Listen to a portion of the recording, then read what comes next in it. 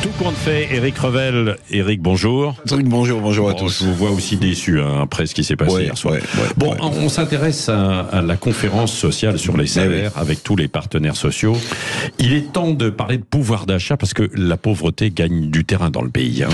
Oui, grande conférence sociale. Grande conférence sociale qui se tient donc à partir de ce matin au Conseil économique et social et environnemental. Tout ça c'est à Paris, le fameux CESE. Alors tous les syndicats de salariés, les organisations patronales vont discuter des salaires, des carrières, des formations.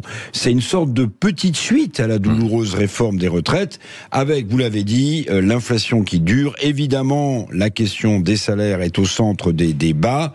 C'est une grande conférence sociale. Oui, quels sont les thèmes retenus alors ?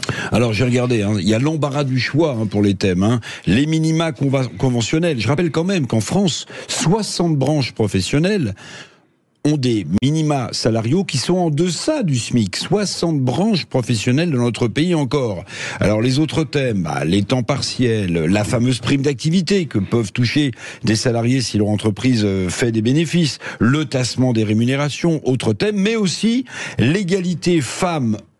Et pour la petite histoire, ce thème de l'égalité femmes-hommes, notamment sur les salaires, a été ajouté à la dernière minute par les syndicats eux-mêmes. Donc vous le voyez, le panel des thèmes est large pour cette grande conférence, je me moque pas trop, sur les salaires et le pouvoir d'achat.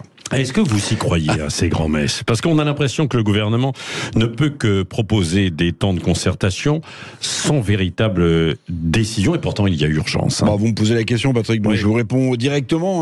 On parle vrai, je crois pas. Non, je crois pas trop aux grands-messes, aux grandes conférences.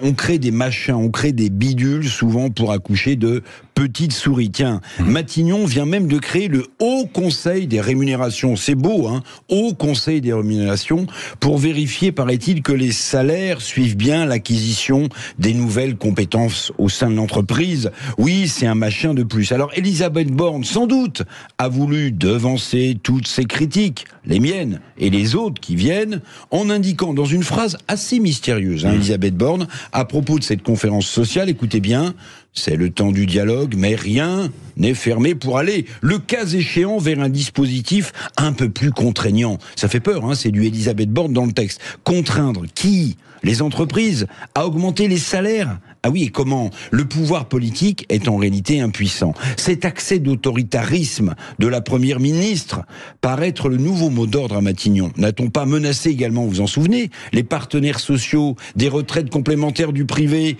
Ne les a-t-on pas menacés de contraindre s'ils ne se laissaient pas ponctionner volontairement? Alors c'est peut-être la nouvelle méthode.